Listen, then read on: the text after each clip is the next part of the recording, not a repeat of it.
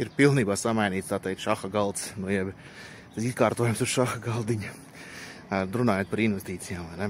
Ja jau pirms dažiem mēnešiem varētu vēl mēģināt meklēt uzņēmumus, kuriem tur labi peļņas rādītāji zemi novērtēt un tam līdzīgi, tad tagad ar visu šo tarifu neskaidrību tā situācija ir pilnīgi mainījusies. Nezini, vai tam uzņēmumam, ko tu izvēlēsies kā savu potenciālu investīciju objektu, kuram pat varbūt pagājušajā gadā viss bija lieliski rādītājos. Kāda viņiem būs tarifa ietekme? Tu viņu nevar īstenībā prognozēt, jo tas visu laiku mainās.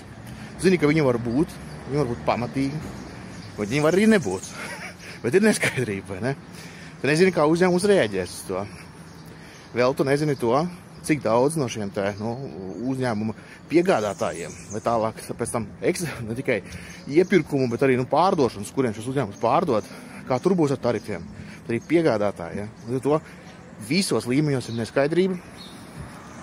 Pagātnes rādītājus tu ar ļoti lielu pilnu mēru nevar ņemt vērā. Un tāpēc ir tāds diezgan, es domāju, izaicinošs laiks, jo ir iestājies tāda pauzīte droši vien daudziem investoriem, kur vajag, lai nosēžās tā visa informācija, lai nomierinās. Ja. Bet tikmēr es domāju, ka varētu būt izaicināšs ar to, ka jauna nauda plūst iekšā, jo vienkārši nav skaidrības. Ja nav skaidrības, naudas turieni neiet.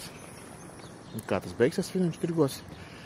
Redzēsim. Jā. Es, protams, tādus ģenerāli labus iznākumus ar neskaidrību nesaskatu. Var jau būt, ka tiešām, kā daži cer, pamodīsies vienā rītā, ASV tur vadošie, mēs tomēr izdarījām kaut ko tā, kas nepatīk.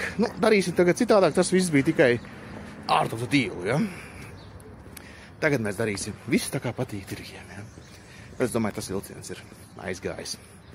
Līdz ar to šobrīd ir tiešām tādi ļoti, ļoti izaicinoši laiki. Atrast jaunas investīcijas nav viegli. Var, bet nav viegli. Un kopumā, es domāju, daudzi vienkārši ņem pauzīt. Tas arī parādīsies, es domāju, vēl vairāk ar laiku finanšu tirgos.